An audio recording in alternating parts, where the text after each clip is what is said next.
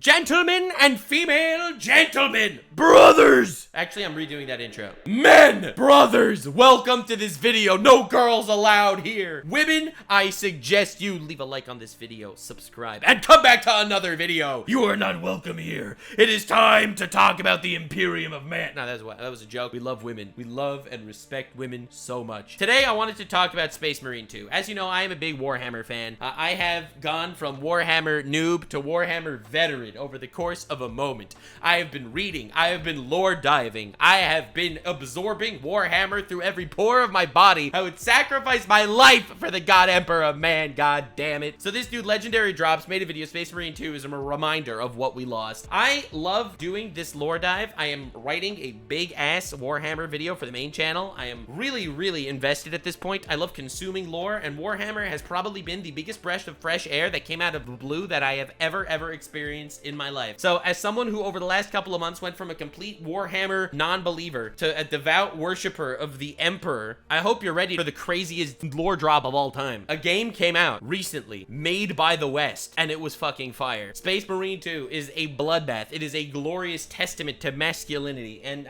it is so awesome to see that it is just a game about badass giant motherfuckers killing Xenos. It's amazing. So for the Emperor, Space Marine 2 is a reminder of what we lost. Warhammer 40k Space Marine 2 oozes with so much masculinity that I feel like No, first of all, not pre-watched, okay?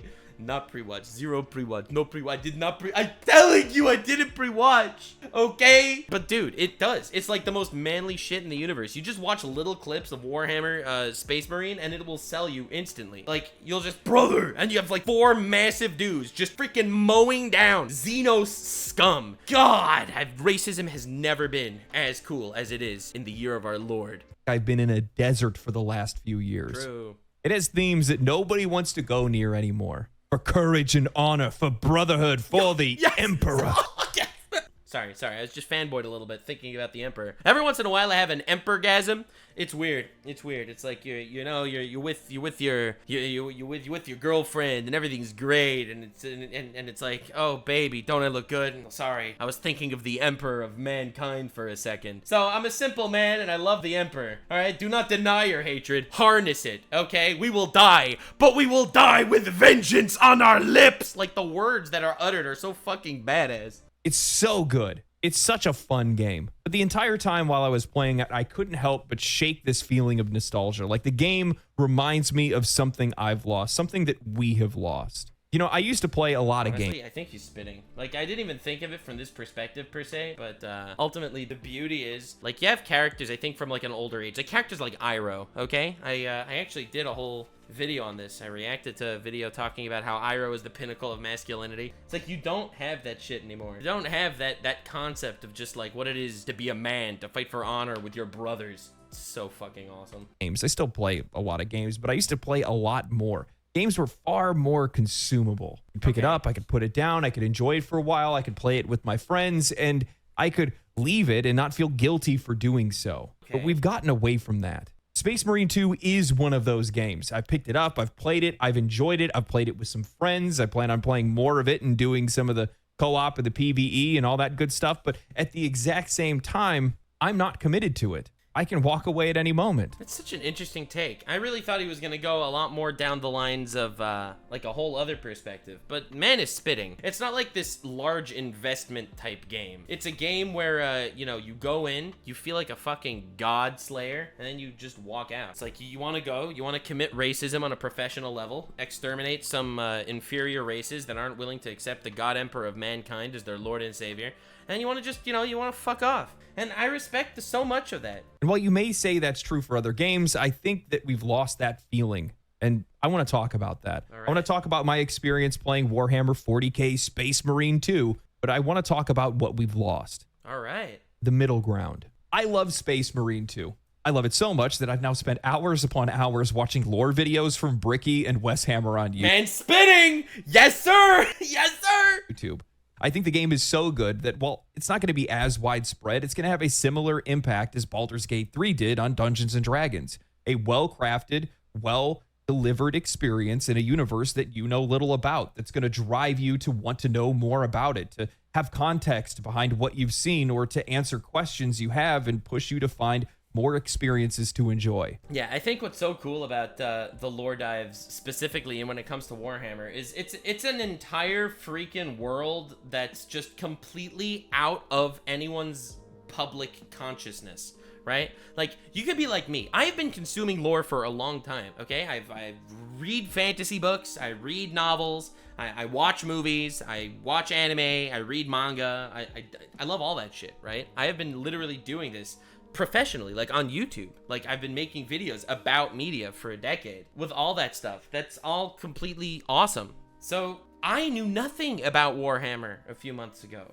Nothing. The amount of history in Warhammer is so bafflingly insane. It's awesome. See, the thing I like about something like Space Marine 2 in the setting, imagine playing a video game, okay, where that takes place in this whole massive world, where you are so insignificant compared to the big players in the universe. That doesn't exist. Commander Titus is an absolute god, a complete legend. Dude is awesome, the main character of Space Marine 2. But despite that fact that you have this awesome Commander Titus, he's not even a high-ranking guy in the Ultramarines. He's not the Primarch of the Ultramarines. There are 9 other Space Marine factions that are all the same size as the Ultramarines, where this guy is not even the leader, not even the second in command, but some random captain Space Marine. One of untold thousands of nameless soldiers in a war that will never end. Like, this is such an insanely big setting. You can't even consume something like this. And each one of those Space Marines would beat Darth Vader one-on-one. Okay? All right, maybe not. But like these guys are insane. Space Marine 2 is an improvement over its predecessor, but regardless if you've played that game or not, it's a great introduction to the 40K universe. It's grotesque and ugly, yet beautiful and fascinating. It's merging of man and machine, fantasy and reality on a scale that leaves you awestruck. Scale. Now that's a word this game embodies. I cannot tell you how many times I slow walked through areas, panning the camera around, drinking in the scale and brutality of war. See, but the thing is, when it comes to scale, nothing sells Warhammer like telling you the insane scale of Warhammer. Warhammer 40K's scale is unlike anything you've ever experienced. Like, honestly, I don't think there's any other like piece of fiction with the scale of Warhammer that you really feel it. All right, this isn't just saying countless galaxies were blown away. All right, get the fuck out of here with that bullshit. All right, the scale of Warhammer is so big. The big fear of Warhammer is what's going on past the explored universe. Like, that's crazy. In the grim darkness of the future, there's only war. Like, this is such a horrifying mantra of the series. Like, when you see this game with these countless towers, these infinite enemies, you feel that there is only war. You feel that. The sheer number of enemies, the warring factions in the distance, it made it an experience that could only be described as a meat grinder. Countless waves of I grind my meat every time I think about the Emperor. Respect. Astra Militarum thrown against unrelenting hordes of tyranids as they fall like disposable distractions, while we Space Marines cut through them like a hot knife through butter. But the irony is, and the reason why I think the war is so crazy, and the war is like completely and utterly insane when it comes to the lore of the Tyranids. For those of you that are only coming here having played some Space Marine or interested in that stuff, and you're unaware of exactly the insane depths of how scary the Tyranids are, in the galaxy, the known galaxy that all these wars are going on in, there have been 3 Tyranid wars, and we are currently, in the modern day of the lore, in middle of the 4th Tyranid war. Every Tyranid war is a fleet that comes in from a completely different sector of the galaxy and just starts annihilating planets until eventually they're stopped, or not. So each one of the Tyranid wars got so increased in its level of terror that it really makes you think that it's all over. It makes you really feel like an apocalypse is here.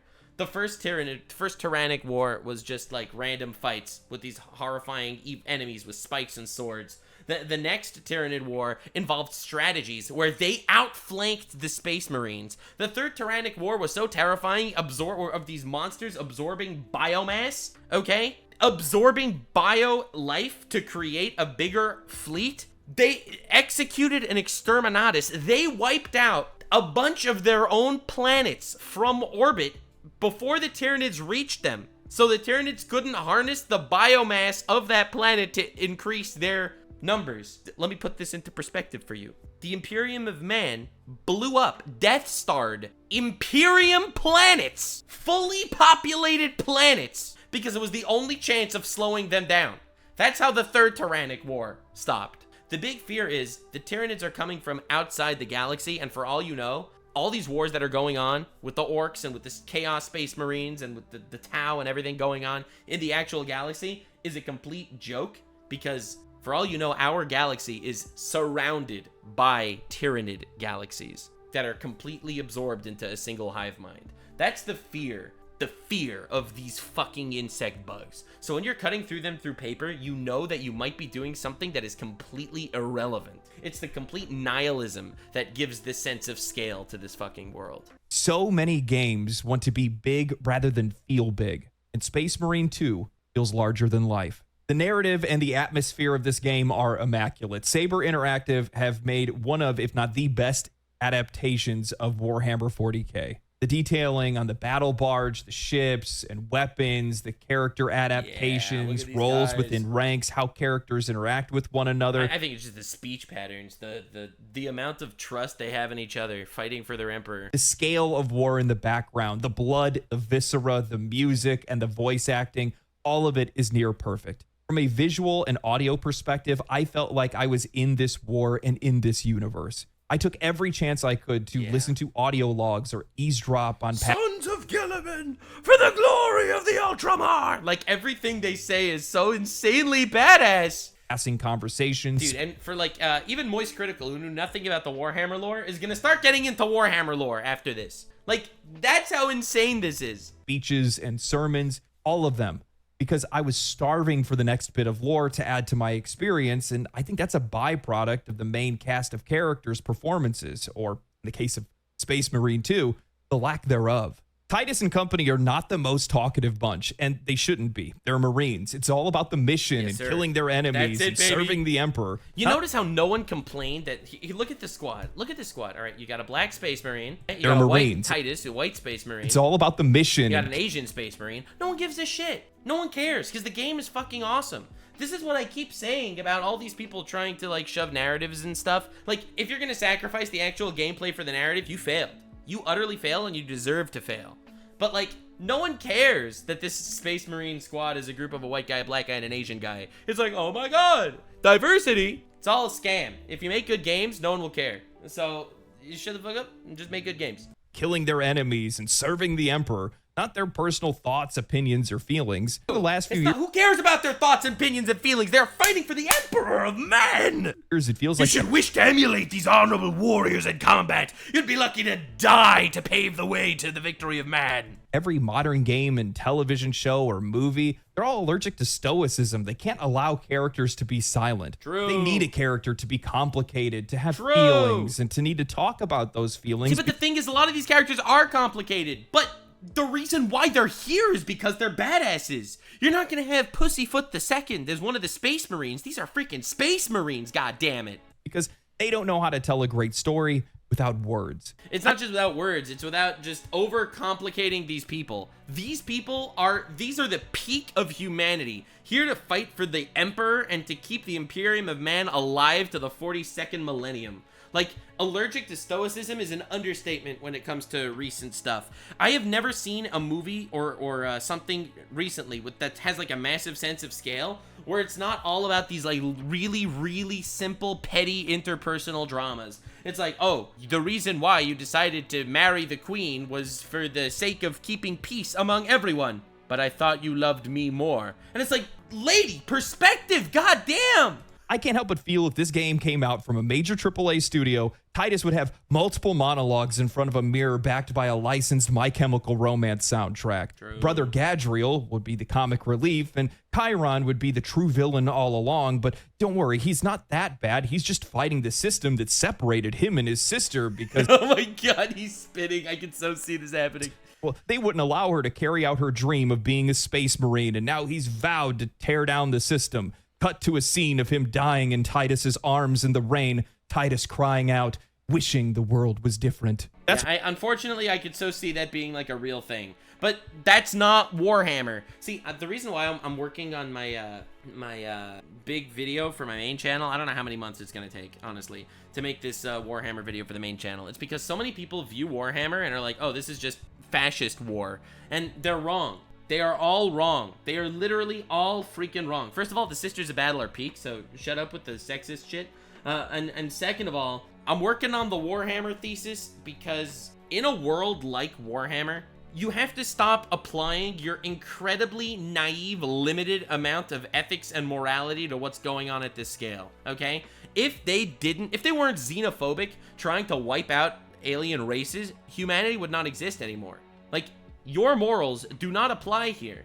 Put your head in the situation for just a second and recognize what's at stake. There's no interpersonal bullshit because one wrong step is the end of humanity. It's one of the first things that I noticed when I started playing this game is that it was simple characters, simple story. Even in cutscenes, there really wasn't a lot of dialogue. There was no long, drawn-out exposition or anything of that nature. Even in the scenes where characters were showing some doubts or suspicions of Titus, it was all drowned out almost immediately. Because think about it. Thoughts, opinions, feelings, this stuff is heresy.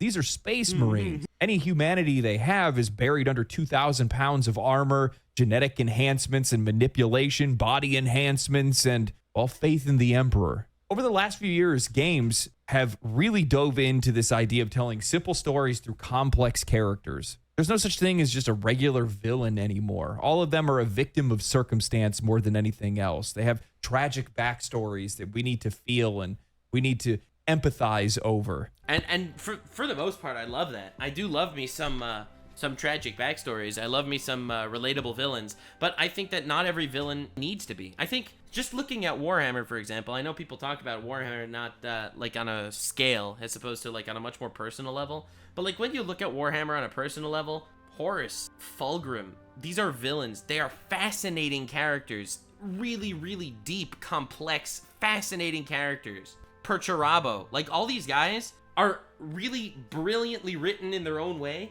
and ultimately they just are tiny little parts to just a much more massive war. What I think he's referring to is overcomplicated for the sake of being overcomplicated, and like, you don't need to look too far. Puss in Boots' Last Wish had some of the greatest villain writing ever. You had the villain that redeemed herself in Goldilocks. You had the freaking villain that was just unabashedly evil, the Jack Horner, and you had Death, a villain with like an actual justifiable motivation. Like, these are all like that's awesome. That's really awesome. But no, not every villain needs to be this misunderstood man-child. Rather than just being a bad guy and good guys being good guys, though, to be honest, Warhammer, I mean, everybody. Warhammer, how do you define good guy and bad guy? See, again, you have to really take all of your understandings of basic modern day morals and ethics and throw them out the window when it comes to Warhammer. Like, that's one of the things I love about it. I love a world that makes you think that what you know is naive. And Warhammer definitely does that. Because in the world of Warhammer, your understandings of ethics and morals do not apply anymore, right? You could argue the Imperium and man is evil for wiping out these aliens, but ultimately they're doing that to make sure that humanity remains alive. They're doing it for humanity, you know. He's kind of an asshole, so it doesn't really matter that much. But it's just gotten to the point now where they think that they're trying to do something theatric, but in the end, all they're doing is giving stories that are uninspired and completely predictable. They're doing the same as everybody else is doing. Space Marine 2 is a game of few words, as it should be. Yeah. And it feels damn fun to play. Yeah. I love making reviews like this because it gives me the opportunity to help my viewers get to know me a little bit better. So I'm going to let you guys in on a secret. I love third-person shooters. I love the perspective, the aiming, the way it makes melee combat look and feel. I have thousands of hours across the entire Gears of War franchise, especially Gears of War 1. Canals and Mansion were my MLG level slaughterhouse. Space Marine. There's a video where Twitter likens killing tyranids to killing Jews during World War II. There is no way that's a real thing. I refuse to believe that. If this isn't real, chat, I'm banning you. Okay? You were right. This is a real thing. This is a real thing. I'm looking on my phone because I don't have second monitor because I'm on vacation. Holy shit, dude. So first of all, they have a flag, all the flags in the world in their bio. And they said the Imperium are the good guys, showing a picture of space marines with Nazi symbols. And then they said, especially when the tyranids are a racist dog whistle to represent Jews like me. That's why they love the Imperium. This is the most brain dead fucking take I've ever heard in my entire life. Oh my god. This is why I'm not on Twitter. You don't need to see these people's opinions. Their opinions aren't worth anything. Their opinions are not worth anything. God damn it. Oh my god. Again, I'm making a whole video on this. I'm not going to talk about why that's obviously insane. Me back to those days. The chaos of the overwhelming enemy numbers, the gore on screen at every moment, the slow and methodical movement and firing make you feel like you're a bipedal tank. Firing weapons, using grenades, jumping in the air and slamming down on enemies. It all felt incredible. I still remember the wave of third-person shooters back in the late and early 2000s when it was a fad for developers, but it was a fad because players loved it. And I think the reason why we loved it so much is just because we could see that much more. First-person perspectives are restrictive, limited, and tunnel-visioned. In third person, you can take in all of your surroundings, react to what's happening next to you or behind you. I think for me, with the difference between first-person shooters and third-person shooters, like, at least for me, because I do appreciate both. I think first-person shooters are a game where I don't really care about the setting. Third-person shooters are more a game where I care about the setting. Like, I care about the character, you know?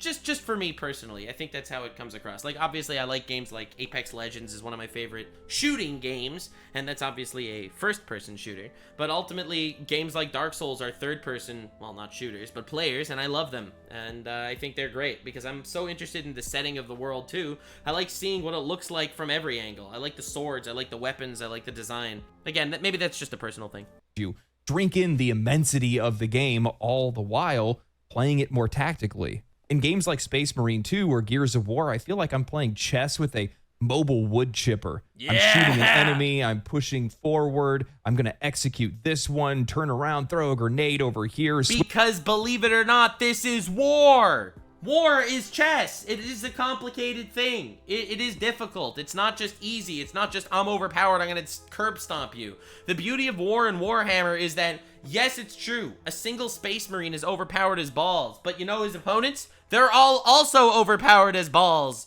It keeps the power system at bay, and you definitely need to strategize.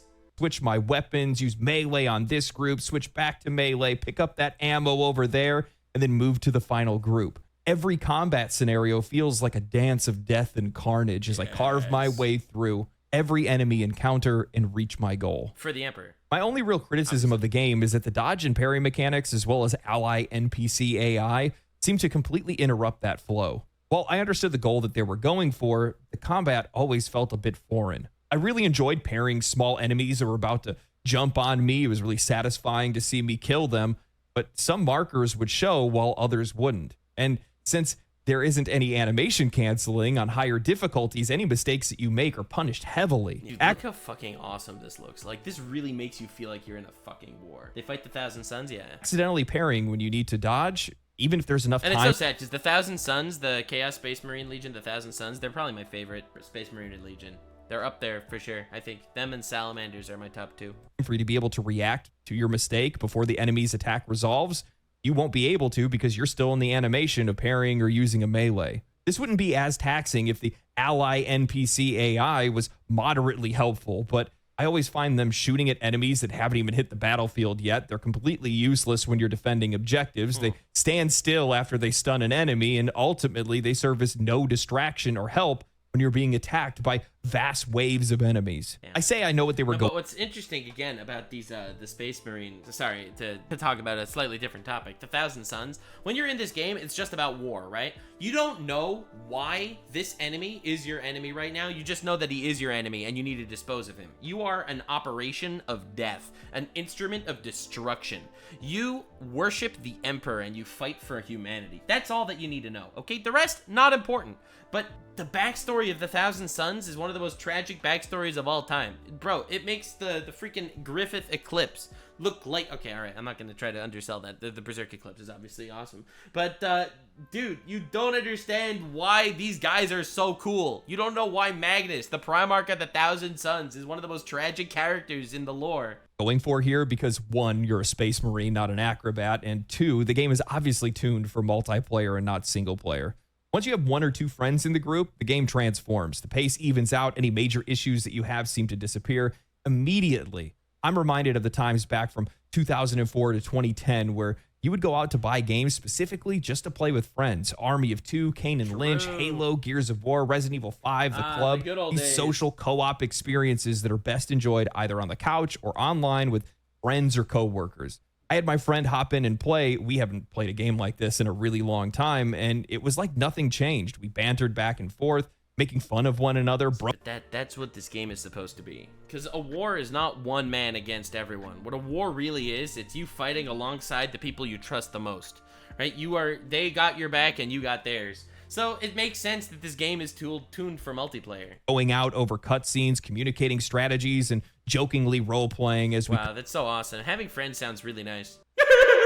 cut through waves of enemies. This is one of the reasons why I believe Helldivers 2 blew up when it did. Because so many games are competitive now. Hell, almost all of media is so polarized and oppositional that you can't even escape it in the first place. And as such, I think it's starting to begin this growing hunger within players and within consumers where they want things that are a little bit more leaning into the side of community and camaraderie more than anything else, because you're not really... That's why Among Us got so popular, right? Multiplayer games are huge for streamers, but they're also huge just to kind of chill with your homies, not worry about everything that's going on in the world.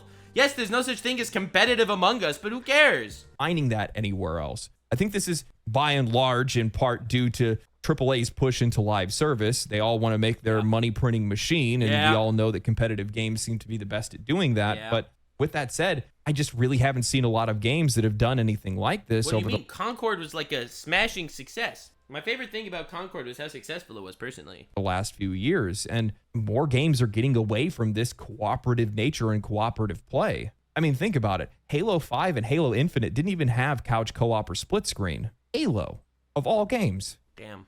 Mind you, that's 343, and that's a whole other problem in and of itself. But with that said, Space Marine 2 just feels like a pure video game. Unpolluted. There's no drawn-out exposition. It's He's dancing around the word. He's dancing here. But he doesn't want to say there's no agenda. They're not trying to push some sort of ideology. They're not trying to make a statement that exists in the world outside the game. It's a game about you and your brothers going out and ass-fucking aliens. And that's what it's about, brother. That's what it's about, dude. It's a game that's made to enjoy and immerse yourself in. It's not a game made as some sort of corporate vessel to freaking yap about politics. It's not trying to put me on long grinds or chases or anything like that. It's just calling back to something that I think that we've lost and we haven't had for a long time. And it's just good, dumb fun. That's it. Space Marine 2 isn't trying to do anything that hasn't been done. It's just a simple and fun video game. Yeah. Well, there are definitely some examples. Oh God, I love this scene. Look at this scene. I have to show this to you again. I love this scene so much. That hasn't been right, so here you are running in here. You got your battle hammer right done. It's just a simple, look at this, and fun video. It shoots this big shit Game. Well, he there blocks the big shit with one hand. He stumbles. Definitely some examples. Stabs through him with a Gatling gun. All right, this is like the most badass shit in the universe. Like, this is JoJo's Bizarre Adventure on crack. He stabs through a mech with a Gatling gun. Recent memory, I can't. And bro, look at this. Shake the feeling that we just don't get a. Oh yeah. Oh my God. That's just so awesome. That scene is so good. Like, and it's so casual. It's just a random background shot. You don't even do it. It just happens in the background, but it adds so much to this war.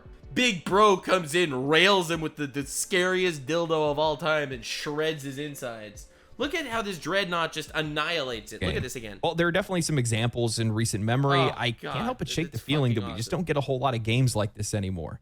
Sure, part of it's likely due to the industry's overwhelming push. And then the dreadnought finishes with this turn stem. Where are the traitors? And Titus says they are everywhere. It's like just relay information, brother. Information relayed, brother. Thank you, brother. Take out the heavy flamer, brother. Already armed, brother. And then they just go and they fuck around. Into live service, a trend that I think is being bucked by the most. Honored brother, join us and you may state your rage and aid our cause. Like, they're so, like, God, the mission is what's important. It's just dudes doing shit. God, none of this pussyfooting around. Successful games over the past few years, but it's been a long time since I've played a game that felt so consumable. A game that once I started playing it, I never... Dude, every line in this game is so fucking awesome. Pity, then my hatred must be directed at his minions. Once thought of whether or not I'd actually have the time to finish it, how long it would take me to finish, if I would fall behind in content or forget mechanics if I walked away from it. It's just simple, dumb fun with no strings attached. I remember back in the... And it's so much more, which is, I think, why people really like it. It's definitely both. It's the idea that, on the one hand, it's this simple, dumb, fun, endless war, but at the other hand, it's so immersive because that's exactly what this story and world is. Old 360 days of achievement hunting, how most games, AAA or not, were fun, memorable, and easy to consume.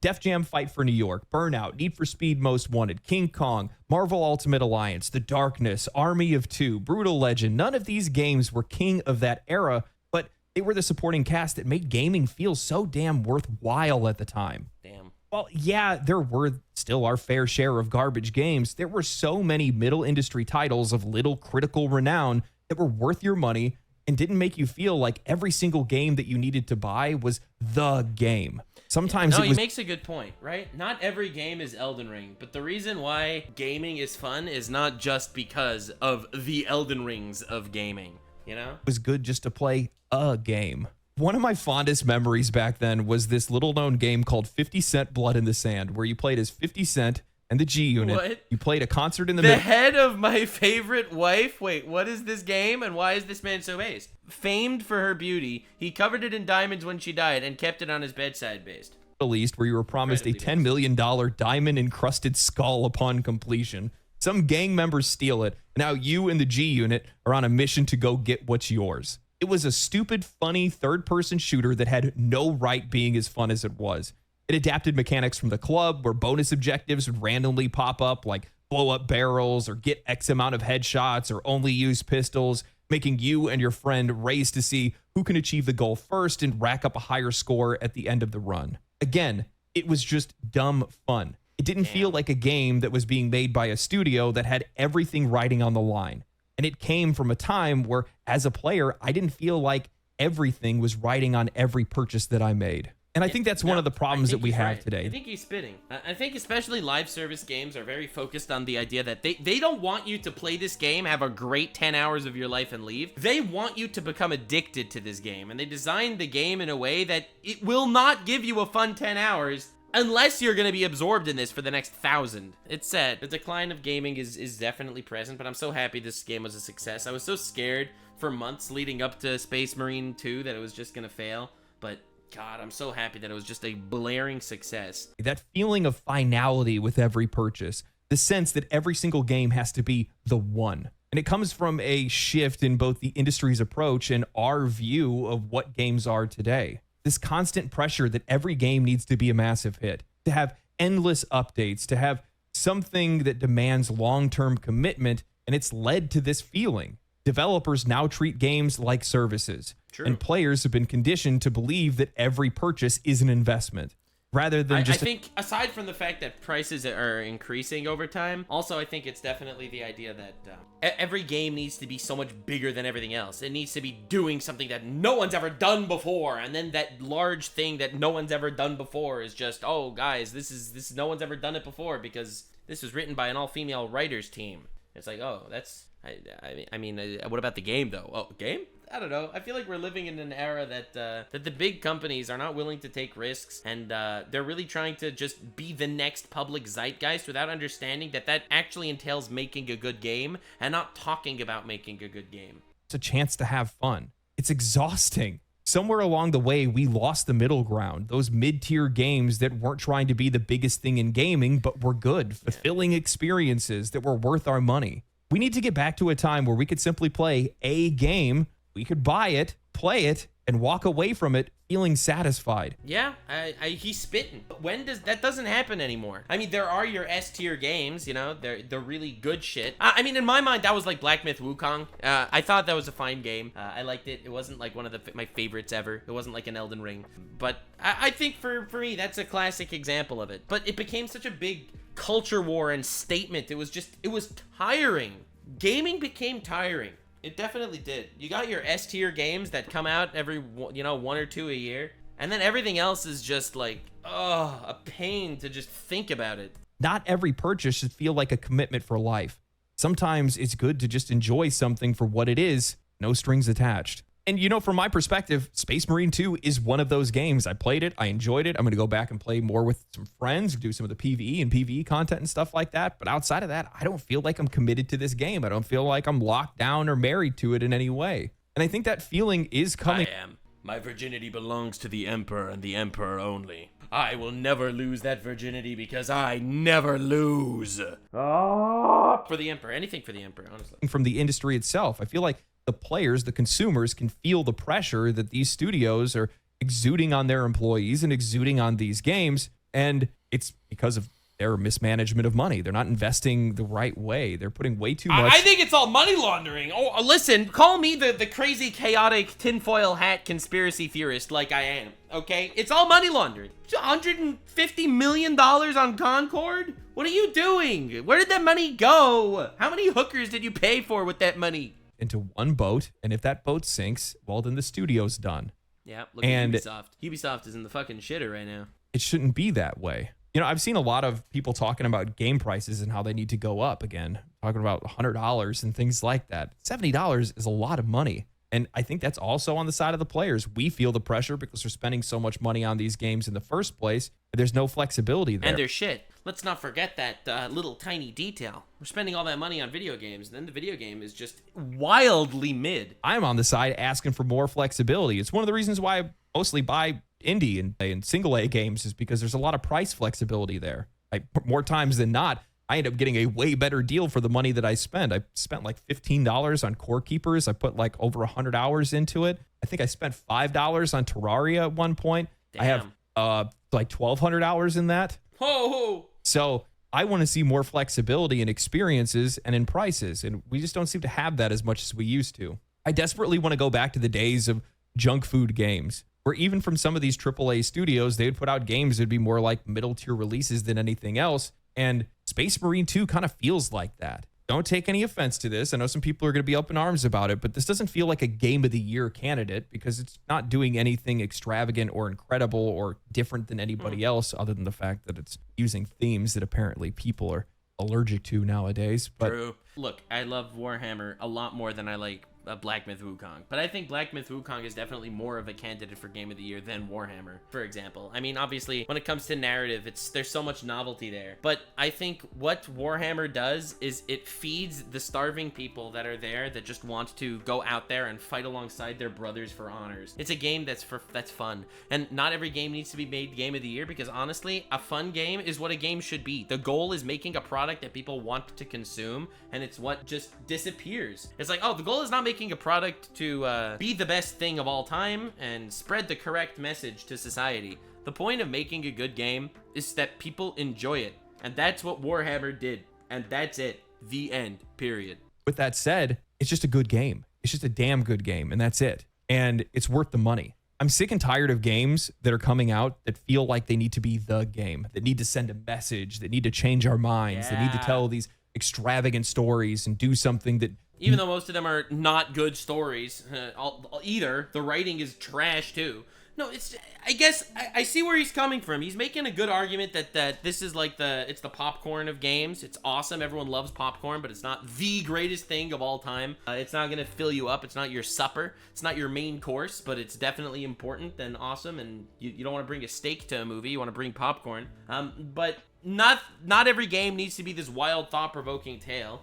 Despite the fact that I think Warhammer is thought-provoking when you actually look at the whole lore, like in a broader sphere, which is what I like. But I also like the idea that Warhammer gets away with a huge, massive success, just completely recognizing the badassery of what Warhammer is. You are a tiny piece of a massive, endless, sprawling war that will never end. And that's what this game captures, and that is such an awesome feeling. And that's it. That's it. Nobody's ever done before. Well, I do think there's a place for those games, and I still want to see those games. The problem is that almost every single game feels like it wants to be that game now, and there's just not enough room for it, or creativity for that matter. Yeah, I feel like you need good ideas for that stuff. It's not just like, oh, today I'm gonna do something novel like no one's ever done before. Today I'm going to draw art in a new style that has never been discovered. You know, obviously you can't just do that. Inspiration strikes at some point, but you can't just like manufacture creativity in that way. But another thing that I think is important to mention, Space Marine 2 is a reminder of what we lost, because I think it is the themes of just having a good time with your boys, just doing things, boy shit, just you and your bros fighting for the Emperor. Like this is like, it's a lost art form, because I think it's part of all humans to be into that shit. Like it's pure and utter, unadulterated manliness, and they celebrate that instead of try to squash it down. And I like making fun of people that squash it down and fail. It makes me happy. Looking at you. You know who you are. Concord. Shouldn't have said that. Anyway, that's all I have for the video. I want more games like Space Marine 2. I want more junk food, and I'm not afraid to say it. Nice. Hope you guys enjoyed the video. Yeah, it was a good If video. you guys did, subscribe to the channel, like the video, share it with your friends. Follow me on Twitch. I'm trying to get to 10K followers. Hell yeah. That was a good video. It was a good video.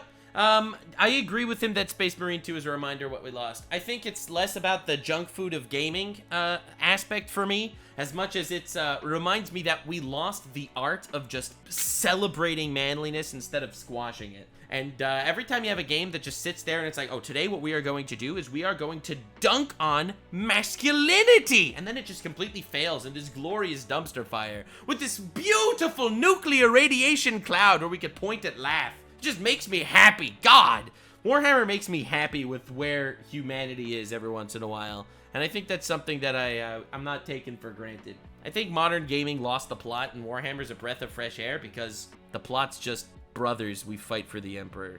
Thank you so much for being here. Leave a like, make fun of buttholes on the timeline, and stay weird, fam. Like, subscribe, and this video was streamed live on kick.com/Nuxanor. See you there. Stay weird, fam.